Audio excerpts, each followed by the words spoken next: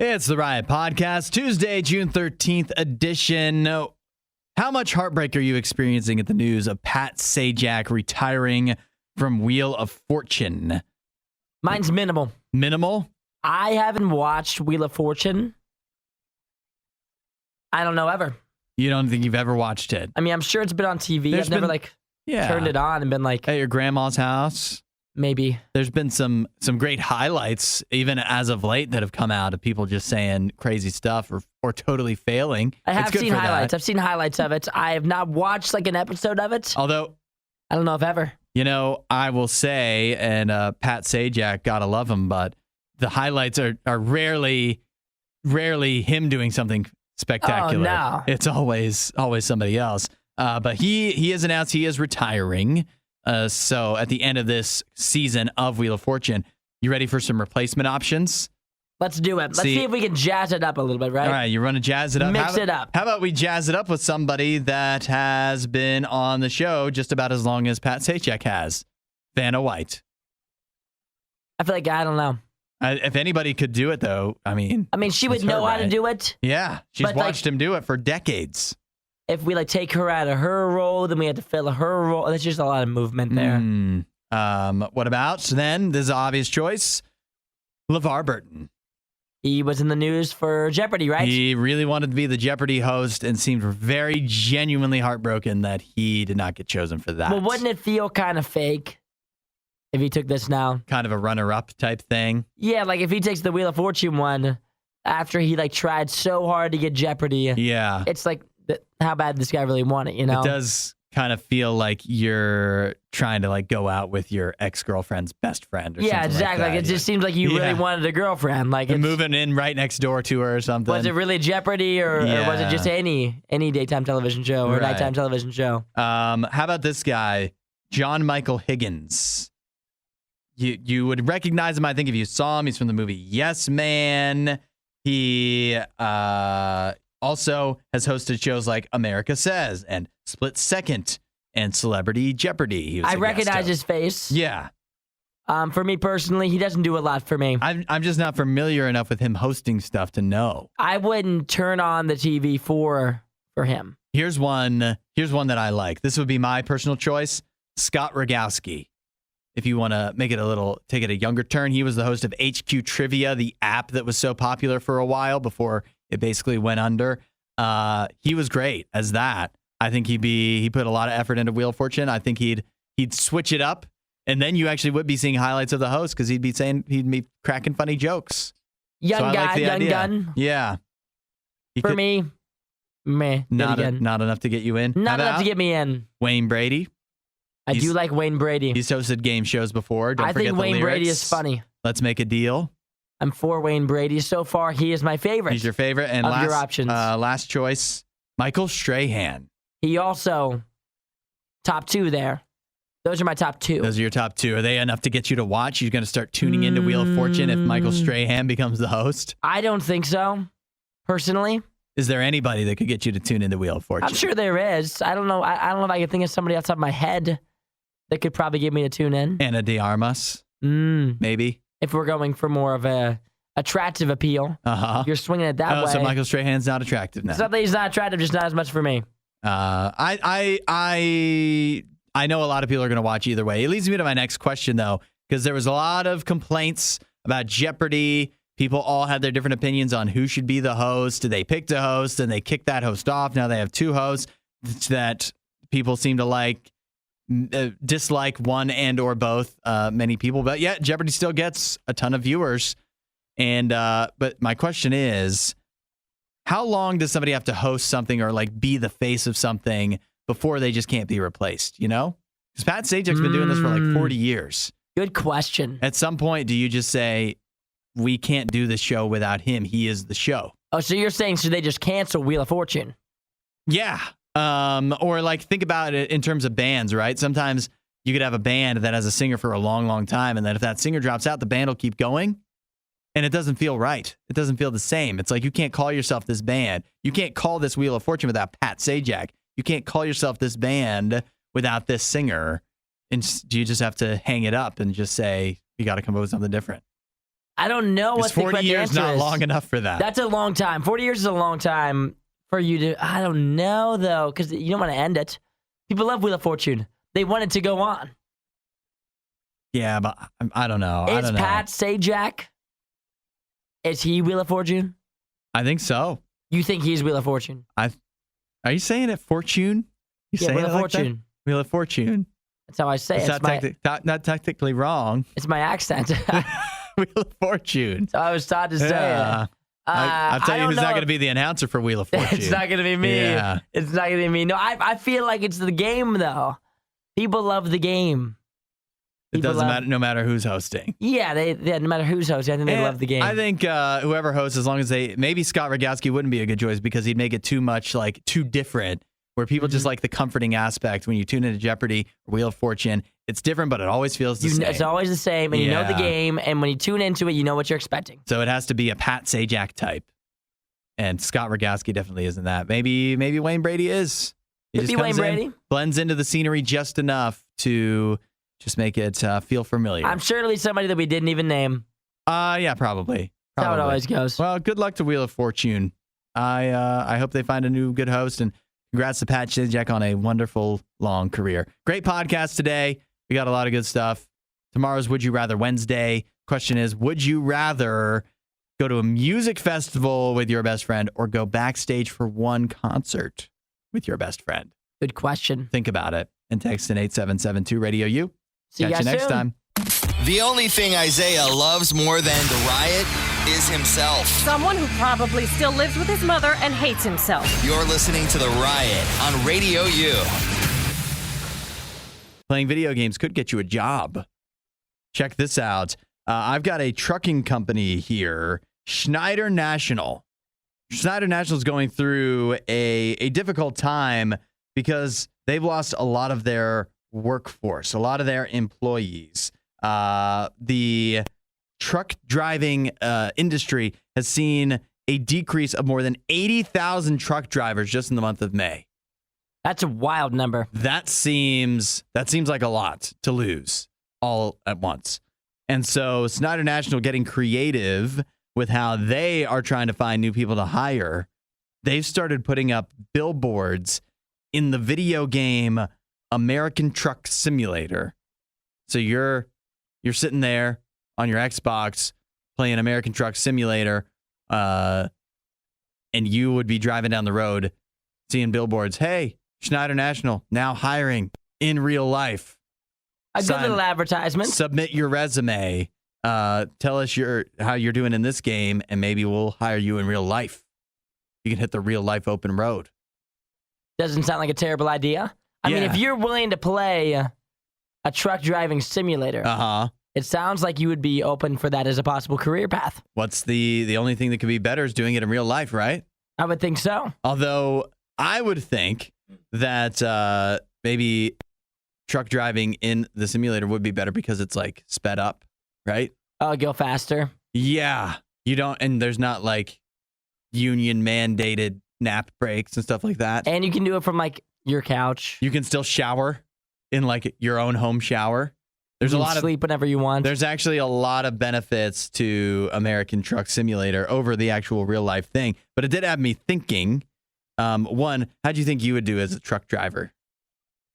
I think I would be okay. You think so? I think I'd be a decent truck driver. Adequate? Yeah, I'd be pretty all right, I think. You wouldn't, would it be something you'd be drawn to, though? Clearly not over radio. Not something that I'd be drawn to, no, as a possible career path. Yeah. Not for me. I like driving. I've driven a lot. But at the same time, I don't think it'd be for me. I have been tempted by it before, but I can easily talk myself out of it. First of all, I have the proper attire for sure. Secondly, I would love seeing different parts of the country, but then that's where I'm quickly able to talk myself out of it because it wouldn't really be seeing different parts of the country. No, it'd not. It'd be seeing the same boring highway generally wherever you go. So I don't think it'd be for me. Second question. Can you think of another video game that would actually prepare you for a real life job? There's many that I think could. Many? Yeah, I think so. Okay. Well, you think about, like, how about this one? Because they use this one for, like, school. Okay. which is like any of the flight simulators. That's Boom. Any simulator. Any simulator, I guess, works, right? Yeah, there's a ton of maybe not Goat Simulator. Yeah, there's a bunch of simulators that like people that they use for like training and stuff that are considered video games. Yeah. Also like Grand Theft Auto. Train you to be a criminal. Possibly. I think it could help in the not really a long run. line of work. Not an honest one, anyways. Obviously, Minecraft. What does that train you for? Life. Mining. Hudson. Life. Yeah. Building a home. A family. I think it's taking care of animals. I think Minecraft just trains you to build Legos. Yeah. Pretty much is what it looks like to me. Yeah. I was thinking Red Dead Redemption teach you to be like a cowboy. Like an outlaw, a hitman for job, I guess. Like I feel that that's kind of out now, though. I feel like there's not as many outlaws as there used to be. So that's wide open. I could jump right into it. I'll use the training from Red Dead Redemption and use that to my advantage to take the outlaw, the old West outlaw industry by storm. Makes sense to me. Yeah. Either way, video games, they pay off, and now no one can tell you otherwise. You could be an outlaw. Or a truck driver. Disinformation, mispronunciations, bad impressions. That's Hudson. This is The Riot on RadioU. I've got a problematic relationship behavior for you to avoid. Let's hear it. You ever heard of fexting? Fexting? Yeah, you ever fext? I don't think so. I don't know what that is. It sounds like... Can I guess first? I have no idea. Yeah. Go ahead. Fexting is like fake texting? Fake texting. That's what I came up with. What does that mean? I don't know. Because that's the first thing I came up with. That's not what it is. Is it? That's all I've got for now. That is not what it is. When you hear what it is, it'll be very obvious. But I'm glad to hear that you haven't fexed before. Fexting is where you fight over texts. Well, everybody's done that. Everybody's done that. Even you. But it's something to avoid. And the reason that some relationship experts are calling this out is because it just makes a lot of sense that if you're gonna fight, that's something you need to do in person, because what is one of the major problems, and I know I've definitely experienced this, I'm sure probably everybody has, that when you get into a fight over text, sometimes the fight starts without even being a fight. Because over text, there's not tone. You know what I mean? You can say something perfectly innocent, but if the other person reads it in a way where they want to be upset, or where they read it a different way than you wrote it, then that leads to a fight. And then all of a sudden, everything you say sounds mean, and that's not even though that isn't what you intended at all. That is true. That's all true. On top of that, you also, according to these relationship experts, you can't just ignore the other person either, though, because that would be the next thing, right? Well, if they want to fext, if they want to think that I said something rude, even though I didn't say something rude, I just typed something normal and it seemed rude, you just can't ignore them either. You need to try to diffuse things and say, hey, let's hash this out in person. See, this is what you need to know about fighting over text that I would say. Yeah. Because for fexting or whatever, I think we're all very, very aware that texting and whatnot is not the best mode of conversation. It's not the best way to portray something, like Hudson said. But I think more so is there's certain people that over text are going to act completely different in a fight than they are in person. There's people that over the phone, if they're texting, they're going to be a lot stronger than they may be in person. If you get them face to face, that's a good point. They're not going to say the things face to face that they're going to say to you over text. They may crumble face to face, where others of us, including myself, are better at fighting in person. I think I'm not much of a. If I'm in a conversation with a girl I'm talking to, a girl I'm dating, I'm not gonna fight over text. Not because I think my message is gonna get misconstrued, but simply because I'm a better arguer in person. You think you have a better chance of winning? I'm gonna lose the fight if I do it over text, but if I do it in person, I'm for sure gonna win the fight. That's how it's gonna go, and I'll be able to portray it in a way to where I don't seem like such a jerk. I think exactly. I can make it to where at the end of it, we're in a better place. If you fight over text, there's no way you're not going to fight in person. Like, it's coming. There's no way anything ever gets solved fighting over text, but in person, you can actually solve something. Man, that is true. Sometimes for me in relationships, like you would, you get into a little fexting situation. And then, well, you know what never happens? You go home to see the person. You're like, hey. And they're like, hey, everything's cool. What's going on? Yeah, I made you dinner. So if you want to fight twice, you should text fight first. And then you can see each other later on, and then you can fight again. But if you only want to fight one time, then you should just do it in person, I think. I think, so here's what you can take away from this is watch how you interpret texts that you receive. Yeah. Don't come into them with an angry mind. But if you are a bad fighter in person, then you should just text and keep fight. on texting. You won't hear a show like this anywhere else. And that's probably for the best. The Worst of the Riot. Radio U. The Denver Nuggets won their first NBA championship in franchise history. They closed out the series in 5 games, as predicted on the RadioU socials by yours truly. Nikola Jokic won the MVP, the finals MVP. What do you make of all this, Isaiah? What do you take away from the Nuggets getting their first NBA championship? Fantastic for the city of Denver. Fantastic for the Nuggets. Nikola Jokic, absolute monster. Jamal Murray, absolute monster. A good fight from the Heat. They were obviously the underdog coming into it. And outmanned. They were just outmanned from off the rip. I mean, they came into the series like an 8 seed. Yeah. So Jimmy Butler. To have made it that far was pretty incredible. Their postseason was pretty incredible.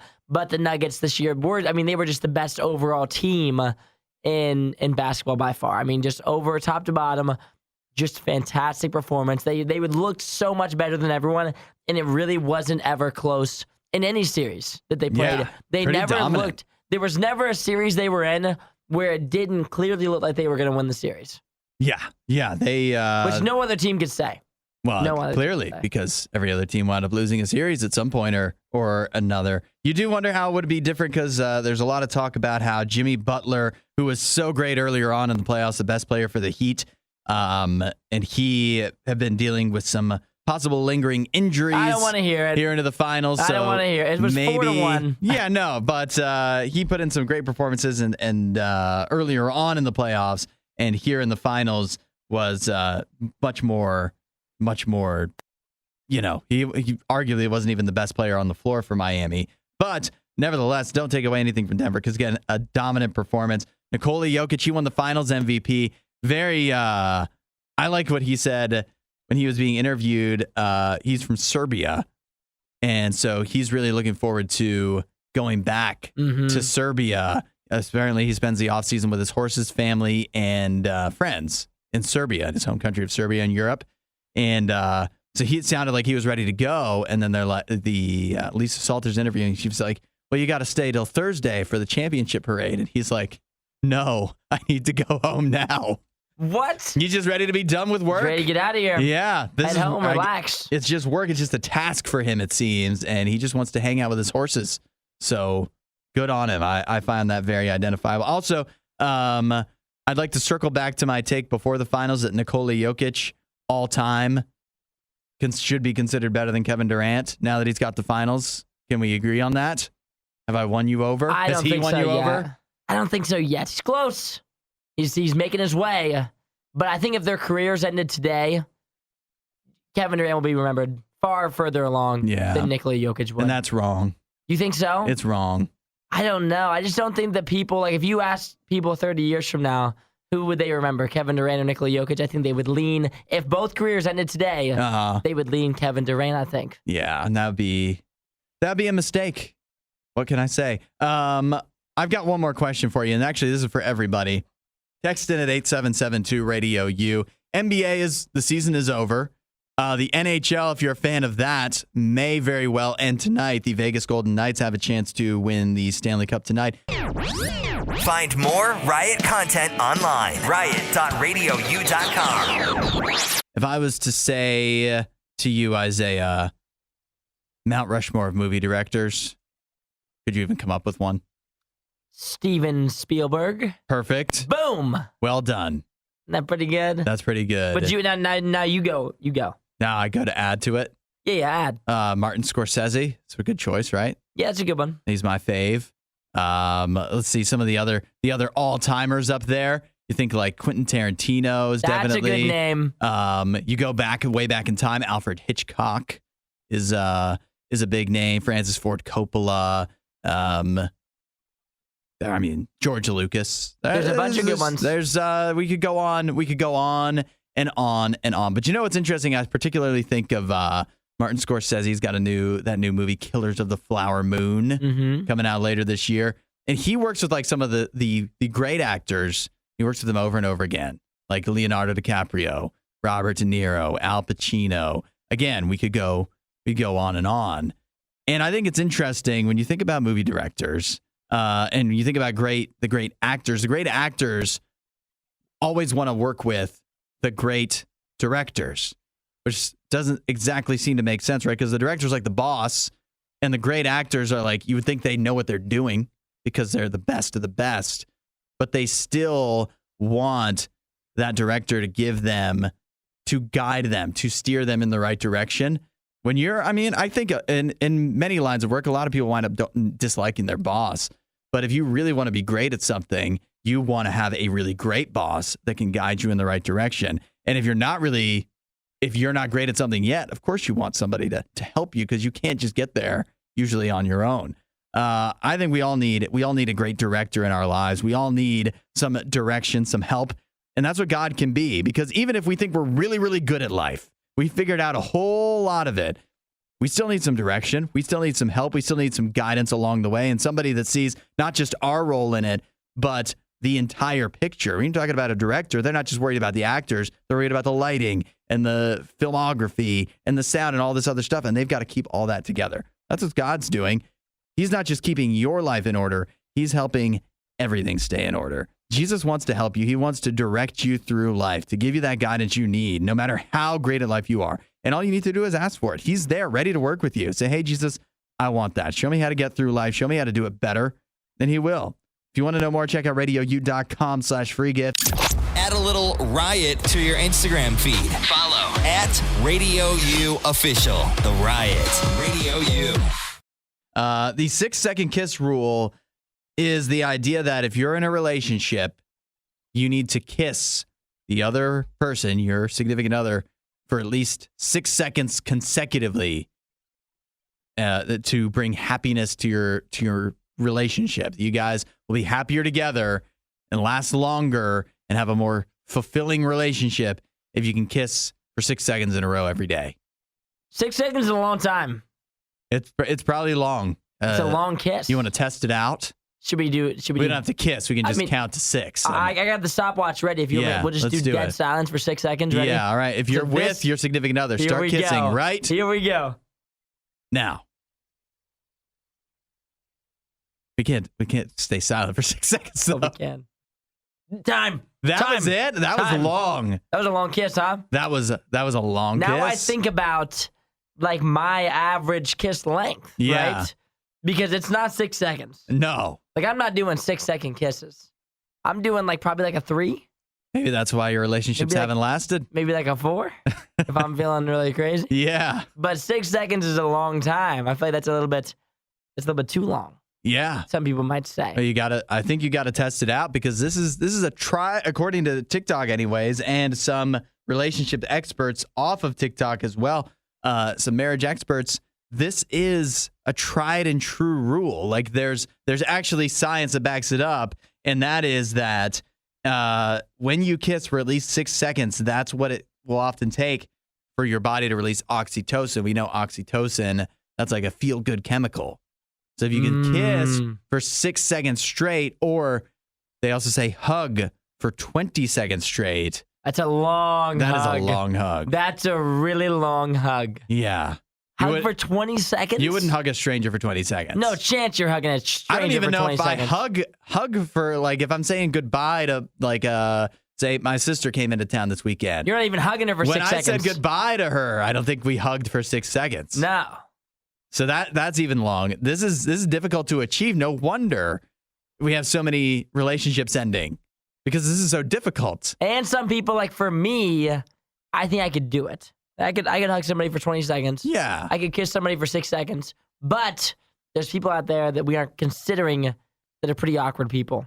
Okay. Like to hold a hug for 20 seconds, like how are you doing that without there better be a joke or something in there? I mean, 20 seconds is a long time. Like if you're doing a 20-second hug, if you have an awkward bone in your body, it's coming out in that 20 seconds. If you've been thinking about something awkward in the past 6 days, it's coming out in that 20 seconds. Yeah. You're going to, there's going to be a slip of the tongue. I wonder a couple things about the 6-second kiss rule. One, at what point in the relationship does that get introduced? Because it's not like a second date. You start the 6-second kisses. If you go for a 6-second date or kiss on your second date, that'd be a wild maneuver. Yeah. So But you know what? Be a confident look, though. A confident look. And I'm okay with that. Yeah, maybe it would work. It could work. At which juncture does the relationship get serious enough where you're going for the 6 seconds? It's like, honey, I think we need to, we've been going out for a long time. I think it's time for us to take the next step. I think we need to kiss for 6 seconds every day. See, it's what the experts say we need to do. There's so many questions on this, too, because when I'm thinking of a kiss here, we're not talking about like a makeout or anything like that. No, this is different than that. We're just talking about a straight kiss. One kiss. Which is like no slip of the tongue. Locked. We're just puckering up and just locking in for 6 seconds. That's a long time. You do that eyes open or shut? You gotta be shut. If you're kissing eyes open for 6 seconds, they're gonna think you're like ready to murder them later. Your eyeballs might touch. Yeah, exactly. At that point. If you're doing that for 6 seconds, then you're for sure going to end up no date after that. Yeah. I would say you're going to be single. This is wild news to me, but I mean, the science doesn't lie. I am going to have to go home and kiss my wife for 6 seconds. And then I'm going to have to go home. I don't know how we've made it this long. And find someone to kiss for 6 seconds. Find more Riot content online. Riot.radiou.com. Who's the hardest person to buy for? Because I have a survey here that says that your dad is actually the most difficult person to find a gift for, particularly with Father's Day coming up on Sunday. It's a little heads up for you. Apparently people really struggle when Father's Day rolls around, figuring out what to get their dad. Yeah, are you in that? You with that? I think that can be difficult. Just depend. I feel like it's very family to family. Sometimes your dad's an easy person to shop for. Other times, not so much. And there's been different times in my life when my dad's been an easier person versus a harder person. Because I used to just get him work gloves every year. Oh, yeah. And he'd rip through them by the time next June rolled around. There was only so many years in a row you can get your dad work gloves. Before you can no longer get him the work gloves. I think there's a weird phase that everyone goes through as a kid where you go from kind of your mom basically picks out the Father's Day gift, and then at some point you get old enough where you're picking it out and you wind up picking out the same thing every year. Because a lot of dads, I know, they get a tie every year, or they get some kind of like grilling thing every year. And then eventually, to me, then you move on. Eventually, you grow up enough to where you actually can pick out something for your dad. To me, I don't think it's difficult to pick out something for my dad at all. Oh, so you would not agree with this? No, but my dad has a lot of hobbies. Okay. Also, I tend to be more of a, and my family is, I think, okay with this, like, we're gift card people. Especially for like Father's Day, Mother's Day gift cards are fine. Well, that's quite the cop-out, huh? You think it's a cop-out? I think, I don't just pick out any gift card, though. It's not Amazon. Yeah, but I think that if we're counting gift cards, then you can get a gift card for anyone. Well, yeah. So, like, that would make no one... So why do people agonize over it so much? No, it would just make it to where... I think gift cards are awesome. But I think it makes it to where, like, and you could get a gift for anyone. So then there would never be a hardest person to shop for. Yeah. I just think even if I was picking out a gift card, it'd be easier to pick out a gift card for my dad, which I'm gonna do. I hope he's not listening because it's probably going to be a barbecue gift card. Because that's a good gift card. We'll get way more enjoyment out of going out, which I guess that's kind of sometimes a double. If like, but I mean, you can buy gift. I don't need to go over this again. Well, did you see what was the number one gift on the survey? What's the number for one? Father's Day? I didn't get to that yet. Oh, you didn't get there? No. Number one, a meal out. Well, yeah, you do that for your That's a tradition, right? Yeah, I'm saying that you're doing the right thing. Like, you got him a gift card for food. But what the problem is, if I get him a meal out and a gift card for barbecue, that's like doubling up. No, I'm saying like your gift is a meal out. I guess it is. Like you got him a meal out. So that's what you got. But I'm also basic then. Yeah, but it's what dads really want. It's the number one thing they really want. Oh, that's what dads want. Yes. I thought you were saying that's the number one. Are you reading the survey? No, you're reading it to me. You just said that. It says number 1, a meal out. All right. Number 2, wine. Really? Number 3, a well-thought day out. Maybe a day out on the town. Wow. Number 4, books. Number 5, craft beer. Number 6, tickets to a game. Number 7, aftershave. Number 8, some sort of tech thing. Number 9, all-inclusive holiday. Wow. Number 10, You gotta really love your dad. You gotta. Number 10, their favorite team shirt/jersey. That's an easy one. Yeah. You're going the sports route if your dad's a sports guy. I mean, there's 10 ideas. Surely one of those 10 works for your dad. It has to, It right? can't be so difficult. Like, I haven't gotten my dad a gift for Father's Day yet. Me and my brothers usually come together in some form and do that. And after reading this list here, I know what I'm getting them now. Oh, yeah? I got it down. I would say it, but yeah, he might be listening. You so don't want to do what I did and spoil my dad's Father's Day gift. Yeah, you can't do that. Yeah, I can't do that. It's a surprise, so. But I found it now. Hopefully you did too. You're good? We're not sure who behaves worse, the Riot or their dogs. I don't even know how to behave like a real human being. The Riot, Radio U. You remember the childhood home from Harry Potter where he grows up living with Aunt Petunia, Uncle Vernon, and Dudley, his cousin? Yes. You recall that? Mm-hmm. You know somebody actually lives in that house. Oh, it's a real house. Yeah, it's a real house that one person, one family really lives in. And they just did an interview. They prefer to remain anonymous, but they just did an interview talking about what it's like to live in the house where Harry Potter grew up. And they say they kind of make it out to sound like it kind of sucks. Not a good house? Because, not that there's anything wrong with the house itself, it's just that they say that people show up day and night all the time. They will just show up dressed up in, Harry Potter cosplay, basically. Oh, I'd hate it. And they say even that some people will come and just like cry at the house. Cry? Yeah, cry.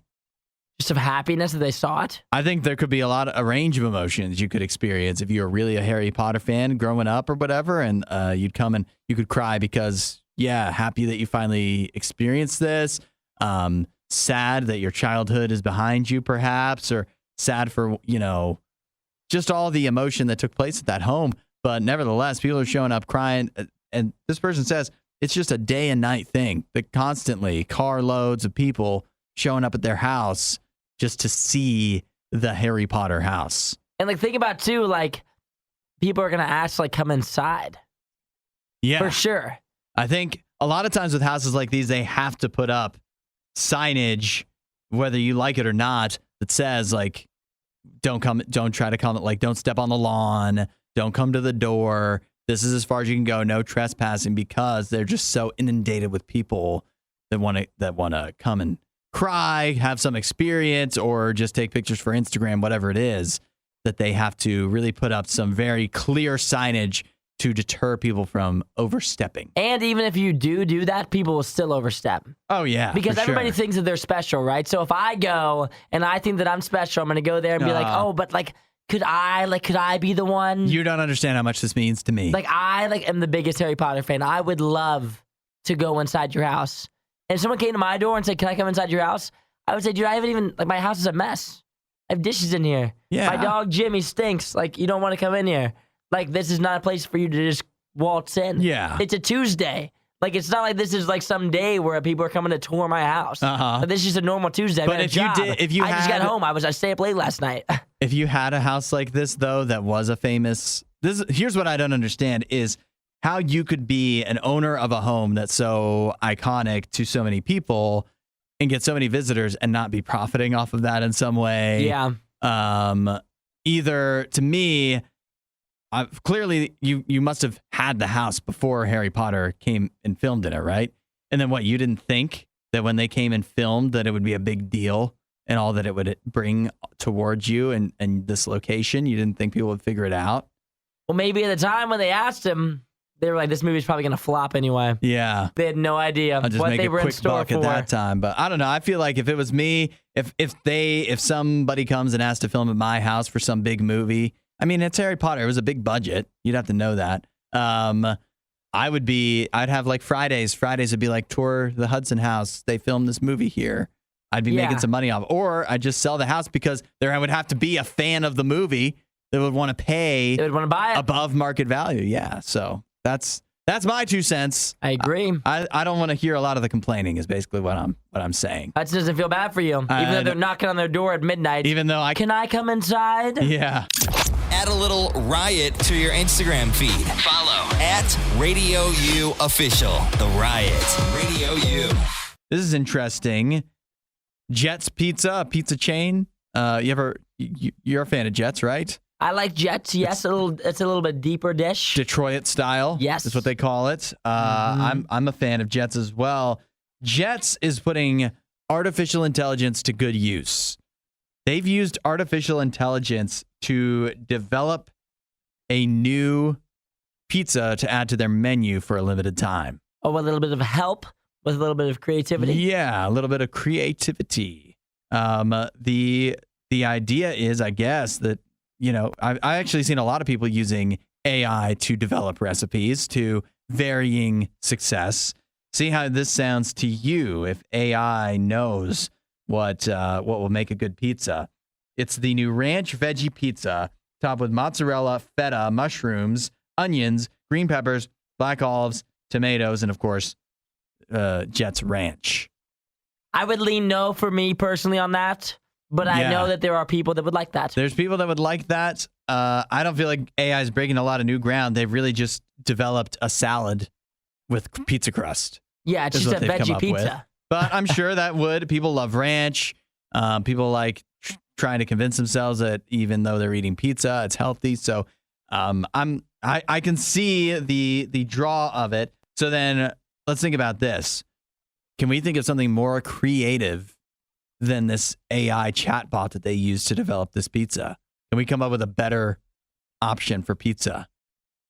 You're talking like making a whole pizza? Something different. Just adding a different topping to it that maybe is underutilized in the world of pizza. Some underutilized toppings. Because obviously we're not going to say pepperoni, sausage, bacon. Right, those are all very well used. Yeah. Tell me something uncommonly used on pizza you think could actually be a positive. Ooh, that's a good question. I think one thing that should be used more on pizza that's not used enough, mac and cheese. Mac and cheese on a pizza. I think mac and cheese should be used more because it fits, right?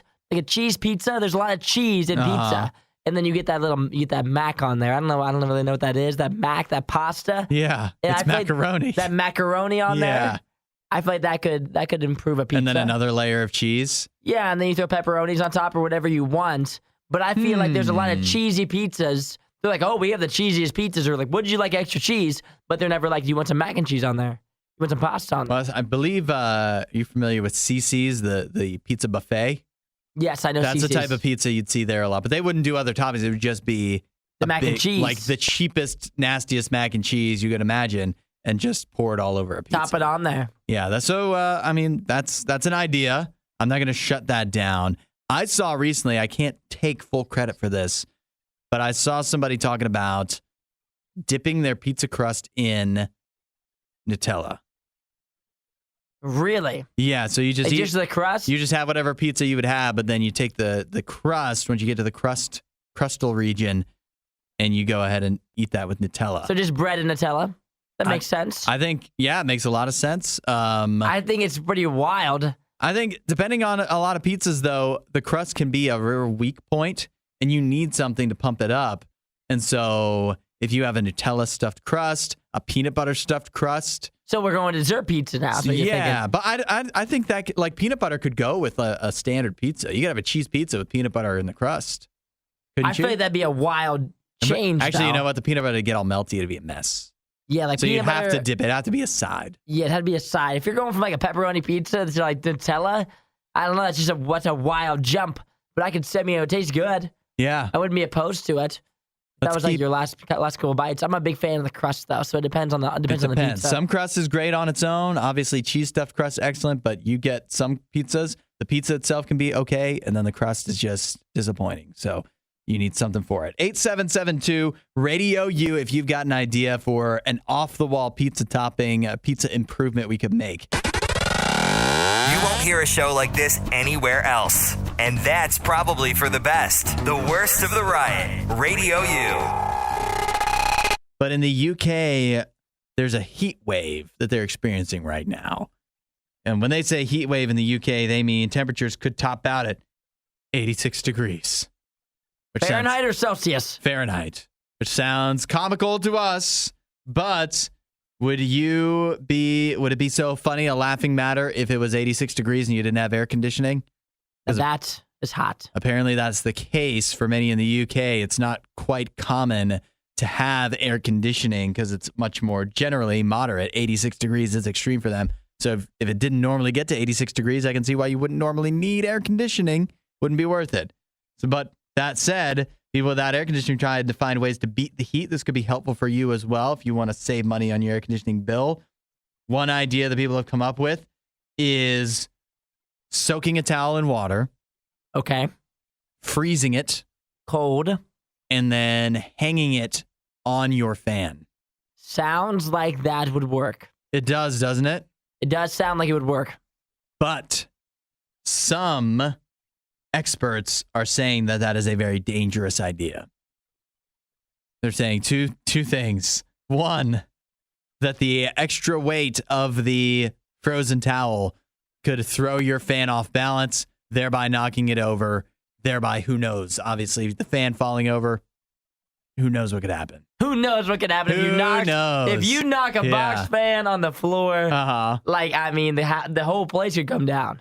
Who knows what's next for you? I'm thinking maybe you're just getting a little bit less circulation than you would have before. Yeah, you have to get up and pick up the fan. Are there any other reasons? Because if so, that's not a strong one. Issue number 2. Okay. What if, as the towel thaws, water starts dripping. Mm-hmm. Water gets into the circuitry of the fan. Causes a fire. I guess that could happen. Yeah. Right? It's technically possible.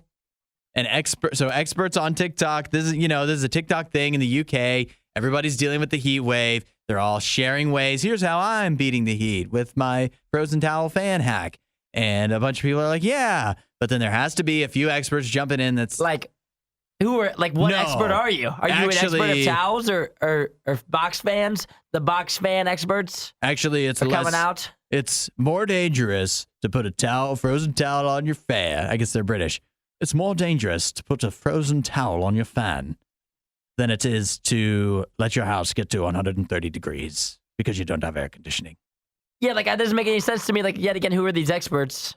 Like your self-proclaimed towel experts, I guess, or box fan experts. They're home safety experts. Oh, home safety experts. Yeah, right. They have a name for everything nowadays. But I would say, as long as you have an eye on it, you're fine. This is, actually, I did a British accent. This is Giuseppe Capana, a product safety engineer at Electrical Safety First in the UK.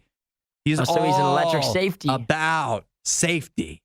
And he's telling you, don't hang a frozen towel on your fan. It could burn your house down. I'm thinking as long as you've got eyes on it, you're good. Yeah, you think you could nip it in the bud pretty quick if a fire were to break out? I think so, right? You start seeing some smoke. That might be a sign. Turn off the fan. Turn it off. Unplug the fan. Even extreme circumstance, get the fire extinguisher. If you have to. Which is also might be a handy way to cool down. It could be. So it's almost like a double. That's probably more dangerous. Yeah, there you go. So. There you go. Do with that what you will. We presented both sides of the argument. If you want to use the frozen towel hack to cool down this summer, that's up to you. We're not sure who behaves worse, the Riot or their dogs. I don't even know how to behave like a real human being. The Riot, Radio U. Something when you see it, just the sheer fact of you seeing it, it makes you happy. I have a survey here of some of the top answers for that very question. And number 1, the most likely thing to just make people happy when they see it is the beach. That's a good answer. Yeah, that's a pretty obvious. Standard answer, though. It's not my type answer, but a pretty standard answer. I think if I just see a beach, though, I think I get happier. Yeah. Even if it's not like a big ocean beach, even if it's just like a smaller lake. I just like, for me, just seeing water, like out nature water, makes me happy. But for me personally, that's not going to make me the happiest. Okay. My reasoning is because when you do see it, you were expecting it. I think the best things are things you're not expecting. Oh. And so I think my answer is when you see them, you're going to be happier than when you see the beach. When you see the beach, you're like, you were heading to the beach. Yeah. You don't just run into the water. You don't just run into the ocean. If you did, you make a big mistake, and that's actually upsetting. Like, you're going to be happy when you see it, but you knew it was coming. Sure. Okay, that's fair. So before we get to some of the other top ones on the list, a sunrise or sunset, especially at the beach. Oh, that's a good one. Yeah, I like a good sunset. Very romantic. Also, this is crazy. Fresh bedding. Fresh bedding. I guess the idea out of the dryer, you put it on there. It's crisp. It's clean. Yeah, you see it. It just looks real nice and clean, good. pristine. Looks real comfy. I can see that. Yeah, that's not something I would have ever thought of. Me either. But that's probably because I could sleep on a rock if I needed to. Yeah, at the end of the day, yeah. Yeah. So what are your answers? One of my answers is when you're sitting down at a restaurant and you're really hungry, and then all of a sudden you see your waitress coming around the corner. She's got your food. It's on the way. Oh, that is a good feeling. That feels pretty good, huh? When you're looking, and then maybe the first time they come around, it's not your food, but you have that feeling when you're like, oh, it's our food. And they sat down somewhere else, you're like, oh, it wasn't our food. Then it comes out around again. You see the pretzels come with the cheese, and you're like, here we go. They got just a massive tray. Oh, it's perfect. That is exciting. Good. That's exciting. I'm trying to think of some other ones. That was the first one I thought of. Okay. Let's say the food coming around the corner. How about this one? Waking up in the middle of the night, looking at the clock. I've got 3 hours left. Yeah. You thought it was time to wake up. It isn't. It isn't, son. Anything over an hour. Go back to sleep. If you've got over an hour before you actually have to get up, it feels good. You're feeling great. Under an hour feels like you have pressure. It's too much pressure. There's still time to sleep, but you got to get back to sleep quick. And it's not going to feel as good. If you've got more, if you got 2 hours. Yeah. And 2 hours or more, I mean, you're feeling fantastic. Or another good one is when you wake up in the morning and you realize you're not sick anymore. You look in the mirror and you're like, oh my gosh. Is that really a sight? Oh, I guess it's not a sight. That's more of just like a feeling. That's a feeling. Yeah. Here are some of the ones that's fair. I was thinking of. I'm a big baseball fan. I'm big on baseball. I'm big on scenery. So when I see like a professional baseball stadium, like actually the sight when you're in the stadium and just looking out over like the whole field, that makes me feel good. Yes, that's fair. That makes me real happy. I could care less. I mean, I like baseball games, but it's more just about the look of it. Just seeing it just makes you feel good. I get that. I also like seeing the mountains off in the distance. Okay, yeah. Again, I'm big on nature. And this one is very unique to me, but old signage. Old signage. Yeah, like something you'd see on like say Route 66, or just something you can tell like this was put up years before I was born. And it's still standing strong. I like that. I like it. I like the way they used to design stuff. Not so much now. Like it's a retro feel. Retro feel. I love retro stuff. Yeah, I can get behind that. Signage. I'm with those. Make you happy. Yeah. You got any more? I don't know, like finding a $20 bill in your pocket. How about that? Oh, I was thinking money. Like if you find like a $5 bill on the ground, first you survey the scene to see if anybody's coming for it. And then you just slyly bend down and pick it up like it was yours all along. Yeah. That's a great feeling. Seeing the look on George Washington's face. Oh, yeah. Or Benjamin Franklin. You've made it all the way to the end of the Worst of the Riot. This show only exists because of support from listeners like you. Find out more and help out at RadioU.com/donate.